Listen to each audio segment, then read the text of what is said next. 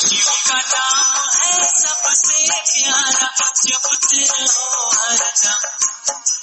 सत्यम शिवम सुंदरम, सत्यम शिवम सुंदरम, सत्यम शिवम सुंदरम, सत्यम शिवम सुंदरम। शिव का नाम है सबसे प्यारा, जपते रहो हरदम। पेपरलेस वेब समाचार BBC News.in की दुनिया में आप सभी का स्वागत है। पेश है समाचार वाचिका द्वारा आप सभी के लिए 12 जून 2020 दिन शुक्रवार के ताज़ा मुख्य समाचार। नेपाल ने कहा नया नक्शा फाइनल स्थिति में है, अब इसमें नहीं होगा बदलाव। खबरों के मुताबिक कालापानी क्षेत्र में कुछ दिनों पहले हिंदुस्तानी मंत्री राजनाथ सिंह जी द्वारा एक सरल यात्रा मार्ग के उद्घाटन पश्चात उपजे विवाद के बाद अब नेपाल ने कहा कि नेपाली संसद में पास किए जाने वाला नया नक्शा अब फाइनल है। इसमें अब कोई बदलाव नहीं किया जाएगा। नेपाल नक्शे में बदलाव करने की दिशा में आगे बढ़ रहा है। इससे पहले बुधवार को नेपाल की निचली संसद प्रतिनिधि सभा ने देश के नए और विवादित नक्शे को लेकर पेश किए गए संविधान संशोधन विधेयक को सर्वसम्मति से किया था पारित। नेपाली संसद में इस नए मानचित्र पर शनिवार को मतदान होने की जताई गई है उम्मीद। हिंदुस्तान के साथ सीमा गतिरोध के बीच इस नए नक्शे में लिपुलेख, कालापानी और लिम्पियाधुरा को नेपाल ने अपने क्षेत्र में दिखाया है। नेपाली विदेश मंत्री प्रदीप ग्यावली ने नक्शा बदले जाने को लेकर कहा कि हम लोगों के मन में यह विचार तब आया जब हिंदुस्तान ने 2 नवंबर 2019 को जम्मू कश्मीर को पुनर्व्यवस्थित करते हुए नक्शे में किया बदलाव। हमने सीमा विवाद को लेकर नई दिल्ली से कई बार बात करने की कोशिश की, लेकिन उनकी तरफ से कोई जवाब नहीं आया, जिसके बाद सभी दलों ने मिलकर नक्शे में बदलाव करने पर जोर दिया। अब इसमें बदलाव नहीं हो सकता। फिलहाल कहा यह भी जा रहा है कि इन क्षेत्रों में कितना हिस्सा नेपाल का है और कितना हिंदुस्तान का, इस पर औपचारिक रूप से हो सकती है बातचीत। कोरोना के कारण थमी विकास की रफ्तार के बीच आज अशोक गहलोत जी 2 परियोजनाओं का कर रहे हैं शिलान्यास। खबरों के मुताबिक कोरोना संक्रमण के कारण लॉकडाउन के बाद राजस्थान के मुख्यमंत्री अशोक गहलोत जी आज जयपुर शहर को दे रहे हैं 2 बड़ी सौगात। मुख्यमंत्री अशोक गहलोत सरकारी आवास से वीडियो कॉन्फ्रेंसिंग के द्वारा 288.90 करोड़ और 563.93 करोड़ की 2 पेयजल परियोजनाओं का कर रहे हैं शिलान्यास। इन पेयजल परियोजनाओं से जयपुर शहर की 40 लाख से ज्यादा आबादी के लिए बीसलपुर के पानी से पेयजल की जरूरतें पूरी हो सकेंगी। इन परियोजनाओं के चालू होने से पृथ्वीराज नगर में वर्षों से बीसलपुर से पानी मिलने की आस लगाए बैठे लाखों लोगों की उम्मीदें अब होंगी पूरी। नेपाली पुलिस द्वारा शुक्रवार को 5 हिंदुस्तानी को गोली मार देने के कारण सीमा पर बड़ा तनाव। खबरों के अनुसार बिहार अंतर्गत सीतामढ़ी क्षेत्र स्थित सोनबरसा में हिंदुस्तान नेपाल सीमा पर शुक्रवार को नेपाली पुलिस ने 5 हिंदुस्तानियों को मार दी गोली, जिसके फलस्वरूप 25 वर्षीय विकेश कुमार नामक युवक की हो गई मौत तथा 3 अन्य जख्मी लोगों को पास के निजी अस्पताल में कराया गया है भर्ती। वहीं एक जख्मी युवक को नेपाल पुलिस ने ले लिया है अपनी हिरासत में। बताया जा रहा है कि यह घटना उस वक्त की है जब पिपरा परसाइन पंचायत के लालबंदी जानकी नगर बॉर्डर पर कई लोग खेतों में कर रहे थे काम की, तभी अचानक नेपाल की सशस्त्र पुलिस ने उन पर कर दी फायरिंग। नेपाली प्रहरी ने आरोप लगाया है कि हथियार छीनने की कोशिश के दौरान मारी गई है गोली। फिलहाल हिंदुस्तानी सीमा सुरक्षा बल पूरे मामले की कर रही है छानबीन। ब्राह्मणों की हत्या या ब्राह्मण की लड़की के अपहरण पर सो रही सरकार ने 12 दलित युवतियों से छेड़छाड़ मामले में इन्हें से लगाने की कही बात। खबरों के अनुसार उत्तर प्रदेश अंतर्गत आजमगढ़ जनपद में बीती देर रात एक समुदाय विशेष के कुछ युवकों द्वारा दलित बच्चियों से छेड़खानी पर जागी यूपी सरकार। बताया जा रहा है कि छेड़खानी का विरोध करने पर समुदाय विशेष के युवकों ने युवतियों के परिजनों से की मारपीट भी। यहाँ तक कि कुछ लोगों के घर पर भी हमला किया गया। घटना की सूचना पाकर पुलिस ने इस मामले में 12 लोगों को कर लिया है गिरफ्तार किया। वहीं प्रयागराज के होलागढ़ में हुई ब्राह्मण की लड़की के अपहरण मामले में कुछ न बोलने वाले उत्तर प्रदेश सरकार के मुख्यमंत्री योगी आदित्यनाथ जी ने इस मामले में अपनाया कड़ा रुख। उन्होंने सभी दोषियों के खिलाफ इन्हें से लगाने का दिया है आदेश तथा लापरवाही बरतने के आरोप में इंस्पेक्टर को कर दिया है सस्पेंड। बताया जा रहा है कि आजमगढ़ में देर रात बवाल हो गया था। एक समुदाय के कुछ लोगों ने दलितों के साथ मारपीट की। इसके पीछे दलित परिवार की बच्चियों के साथ छेड़खानी बनी कारण, जिसका विरोध करने पर परिजनों के साथ की गई थी मारपीट। जैसे ही यह मामला शासन स्तर पर पहुंचा, वहां से कड़ी कार्रवाई के दिए गए आदेश। स्थानीय पुलिस ने 12 आरोपियों को तो कर लिया है गिरफ्तार, जबकि अभी भी कुछ युवक बताए जा रहे हैं फरार। मुख्यमंत्री ने इस घटना पर संज्ञान लेते हुए कहा है कि पुलिस के जिला प्रमुखों को आदेश जारी किया गया है कि कहीं भी सांप्रदायिक या जातीय घटना होगी तो इंस्पेक्टर और सीओ के खिलाफ होगी कार्रवाई। उन्होंने स्पष्ट किया है कि ऐसी किसी भी घटना की सीधी जवाबदेही एसपी या एसएसपी की होगी। कोरोना के कारण अनलॉक 1 में दिल्ली की जामा मस्जिद 30 जून तक बंद। खबरों के मुताबिक कोरोना वायरस के बढ़ते मामलों के बीच देश में अनलॉक 1 इस समय किया गया है लागू। इस दौरान देश में धार्मिक स्थलों को खोलने की दी गई है अनुमति भी, लेकिन अब दिल्ली की जामा मस्जिद को 30 जून तक फिर से बंद करने का मस्जिद इमाम ने लिया है फैसला।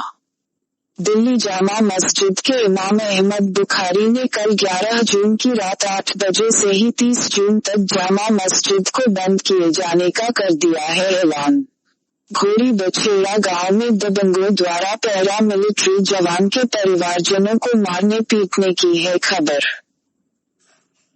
जनपद गौतम बुद्ध नगर कमिश्नरेट से मीडिया में आई खबर के अनुसार शुक्रवार की सुबह जनपद गौतम बुद्ध नगर अंतर्गत घोड़ी बछेड़ा गांव में कुछ दबंगों द्वारा पैरा मिलिट्री फोर्स के जवान के 90 वर्षीय बूढ़े माता पिता, भाई बहन, औरतों और बच्चों को लात घूंसों, लाठी डंडों से पीटा गया। मारने पीटने की यह घटना दबंगों द्वारा पैरा मिलिट्री फोर्स के घर पर जबरन अवैध रूप से कब्जा करने के उद्देश्य से की गई। घटना की सूचना पाकर कमिश्नरेट गौतम बुद्ध नगर द्वारा घटना के संबंध में आवश्यक कार्रवाई हेतु थाना प्रभारी दादरी मोबाइल नंबर 8595902549 को किया गया है निर्देशित। 69,000 सहायक शिक्षक भर्ती में अनियमितता के लेकर सिंगल बेंच के फैसले पर डबल बेंच ने लगाया रोक। खबरों के अनुसार इलाहाबाद हाईकोर्ट की लखनऊ बेंच ने यूपी के प्राइमरी स्कूलों में 69,000 सहायक शिक्षक भर्ती मामले में सिंगल बेंच के फैसले पर लगा दी है रोक। हाईकोर्ट की डबल बेंच ने सुनवाई बाद निर्देश दिया है कि 9 जून के सुप्रीम कोर्ट के फैसले के मुताबिक आगे की कार्रवाई की जाए। इससे पहले हाईकोर्ट की सिंगल बेंच ने अपने फैसले में शिक्षक भर्ती प्रक्रिया पर अनियमितता को लेकर दायर याचिका के कारण लगा दी थी रोक। हाईकोर्ट के इस फैसले से उत्तर प्रदेश की सत्तारूढ़ योगी सरकार को मिल गई है बड़ी राहत। यह फैसला जस्टिस पी के जायसवाल और जस्टिस डी के सिंह की डिवीजन बेंच ने सुनाया। हाईकोर्ट की लखनऊ बेंच ने योगी सरकार की 3 स्पेशल अपील पर आज आदेश सुनाते हुए एकल पीठ के 3 जून के आदेश को कर दिया है स्टे। इसका साफ साफ मतलब यह हुआ कि अब सरकार सुप्रीम कोर्ट के 9 जून के आदेश से करीब 37,000 पदों पर लगी रोक के अलावा शेष बचे पदों पर भर्ती प्रक्रिया आगे बढ़ाने के लिए है स्वतंत्र। ज्ञात हो कि 3 जून को उत्तर प्रदेश में शिक्षा विभाग की 69,000 सहायक शिक्षकों की भर्ती प्रक्रिया पर इलाहाबाद हाईकोर्ट के लखनऊ की सिंगल बेंच ने लगा दी थी रोक। हाईकोर्ट ने निर्देश दिया था कि अभ्यर्थी विवादित प्रश्नों पर आपत्तियों को 1 सप्ताह के भीतर राज्य सरकार के समक्ष प्रस्तुत करें। आपत्तियों को सरकार यूजीसी को करेगी प्रेषित और यूजीसी आपत्तियों का करेगी निस्तारण। डॉक्टरों को वेतन देने के लेख लतीफी मामले में हाईकोर्ट ने दिल्ली नगर निगम को लगाई कड़ी फटकार। खबरों के अनुसार दिल्ली स्थित कस्तूरबा हॉस्पिटल और बाड़ा हिंदूराव हॉस्पिटल में डॉक्टरों को वेतन न मिलने से जुड़े मामले को हाईकोर्ट ने स्वतः संज्ञान में लेते हुए दिल्ली नगर निगम को लगाई कड़ी फटकार। कोर्ट ने कड़ी टिप्पणी करते हुए कहा कि आप लोग इतने व्यस्त हैं कि डॉक्टरों को वेतन देने का समय भी नहीं है आपके पास। दिल्ली हाईकोर्ट ने कहा कि हम रेजिडेंट डॉक्टरों को लेकर फिक्रमंद हैं, जिनकी संख्या 300 से ऊपर है। इनकी हर महीने की तनख्वाह 2 करोड़ 10 लाख रुपए बनती है। एमसीडी ने कहा कि फिलहाल हमारे पास 10 करोड़ रुपए है और डॉक्टरों को वेतन देने हेतु 17 सेकंड 18 करोड़ रुपए चाहिए। एमसीडी ने कोर्ट से कहा कि हम 1 हफ्ते में 7-8 करोड़ रुपए की और व्यवस्था करके डॉक्टरों की तनख्वाह का कर देंगे भुगतान। एमसीडी ने कोर्ट से यह भी कहा कि फिलहाल हमारे पास फंड की बेहद कमी है। कोरोना के चलते प्रॉपर्टी टैक्स से लेकर पार्किंग टैक्स तक में आई है भारी कमी, जिसके चलते हम फंड की कमी से जूझ रहे हैं। फिलहाल कोर्ट ने साफ तौर पर नगर निगम से कहा कि आप और दिल्ली सरकार जल्द से जल्द वेतन देने की करे व्यवस्था। फिरोजाबाद में 2 मजदूरों की करंट लगने से हुई मौत। खबरों के अनुसार फिरोजाबाद में हाई टेंशन विद्युत लाइन की चपेट में आने से 2 मजदूरों की करंट लगने से हो गई मौत। दोनों मजदूरों की यह मौत बोरिंग की सफाई करते समय हाई टेंशन तार से पाइप के छू जाने के कारण हुई। यह घटना शिकोहाबाद स्थित स्टेशन रोड पर घटी। फिलहाल सूचना पाकर मौके पर पहुंची पुलिस द्वारा दोनों मजदूरों के शवों को कब्जे में लेकर की जा रही है विधिक कार्यवाही। शिक्षा विभाग में अनामिका शुक्ला नाम से फर्जीवाड़ा का मामला ठंडा हुआ नहीं कि दूसरा फर्जीवाड़ा आ गया सामने। खबरों के मुताबिक कासगंज में अनामिका शुक्ला उर्फ सुप्रिया जाटव मामले में हुए फर्जीवाड़े के सामने आने के बाद शुरू हुई जांच के दौरान ही फर्जीवाड़े का हुआ एक नया खुलासा। बताया जा रहा है कि औरैया और एटा में तैनात टीचरों ने एक ही पैन नंबर वाला कार्ड जमा किया था और दोनों को ही विभाग सैलरी दे रहा था। खुलासे के बाद इस मामले की भी जांच हो गई है शुरू। आधिकारिक सूत्रों द्वारा शुक्रवार को मीडिया में आई जानकारी के अनुसार अनामिका प्रकरण के सामने आने के बाद जिले में बेसिक शिक्षा विभाग द्वारा खंगाले जा रहे दस्तावेजों में सामने आया कि औरैया के तेजपुर प्राथमिक विद्यालय में तैनात मीना देवी नाम की शिक्षिका और एटा में इसी नाम से तैनात शिक्षिका का पैन कार्ड एक ही है और इसी पैन नंबर से वेतन निकल रहा है। मामला संज्ञान में आते ही बेसिक शिक्षा विभाग द्वारा इस बात की जांच शुरू कर दी गई कि ये गड़बड़ी कैसे हुई, कहीं अन्य दस्तावेज भी समान तो नहीं है। जिला बेसिक शिक्षा अधिकारी एसपी सिंह ने मीडिया में बताया कि औरैया के तेजपुर में तैनात शिक्षिका मीना देवी की नियुक्ति 2007 में हुई थी, जबकि एटा में तैनात मीना देवी की नियुक्ति 2012 में हुई थी। दोनों का पैन कार्ड एक ही दिख रहा है। उन्होंने बताया कि तेजपुर की मीना देवी के दस्तावेज तलब किए गए हैं, जबकि एटा बीएसए को पत्र लिखकर वहां तैनात मीना देवी के दस्तावेज मिलान के लिए कहा गया है, ताकि स्पष्ट हो सके कि कहीं अन्य दस्तावेज तो समान नहीं है। उन्होंने कहा कि मामले की गहनता से की जा रही है जांच। थिएटर एवं film welfare association Uttar Pradesh ने नई कार्यकारिणी सूची की जारी। योग दिवस से पहले नए उभरते कलाकारों को थिएटर एवं film welfare association Uttar Pradesh द्वारा सिखाया जाएगा योगा की बारीकियां। आज दिनांक 12 जून 2020 को थिएटर एवं film welfare association Uttar Pradesh ने अपनी नई कार्यकारिणी की सूची की है जारी, जिसके अंतर्गत डॉक्टर विपिन अग्निहोत्री को एसोसिएशन का अध्यक्ष व मनोज कुमार त्यागी को उत्तर प्रदेश प्रभारी का कार्यभार कराया गया ग्रहण।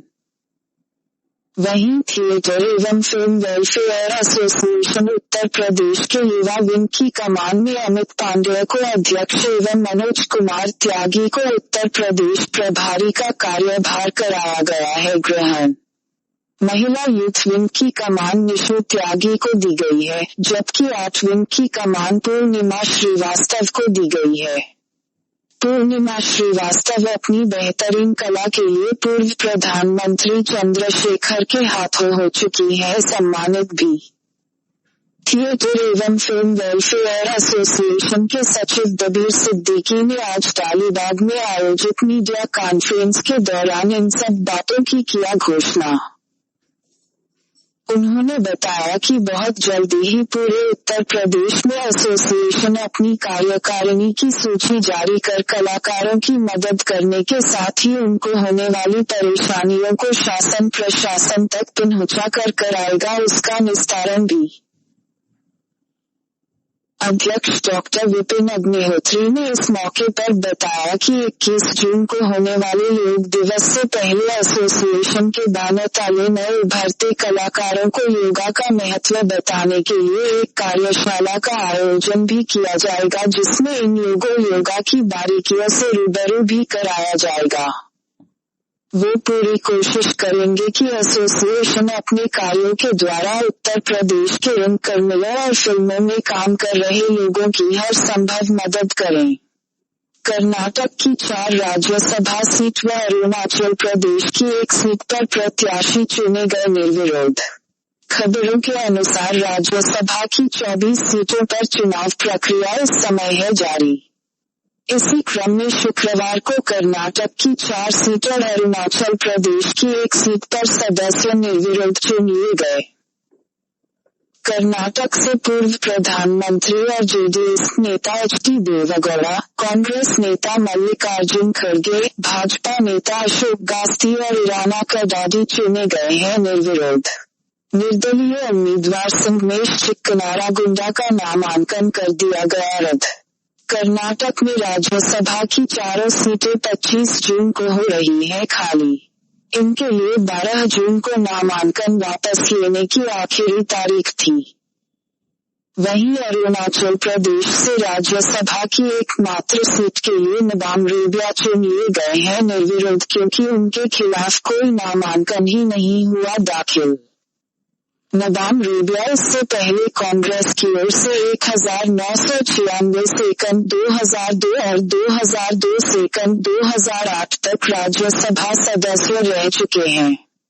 अभी तक आप सुन रहे थे समाचार वाचिका द्वारा 12 जून 2020 दिन शुक्रवार के ताजा मुख्य समाचार। अब हमें दीजिए इजाजत। वेबसाइट www.bbcdesnews.in पर समाचार सुनने, पढ़ने व देखने वाले समस्त श्रोताओं, पाठकों व दर्शकों को समाचार वाचिका व वेबसाइट मालिक सत्य प्रकाश चौबे जी की तरफ से धन्यवाद व नमस्कार। शिव का नाम है सबसे प्यारा, जपते रहो हरदम। सत्यम शिवम सुंदरम, सत्यम शिवम सुंदरम, सत्यम शिवम सुंदरम, सत्यम शिवम सुंदरम। शिव का नाम है सबसे प्यारा, जपते रहो हरदम।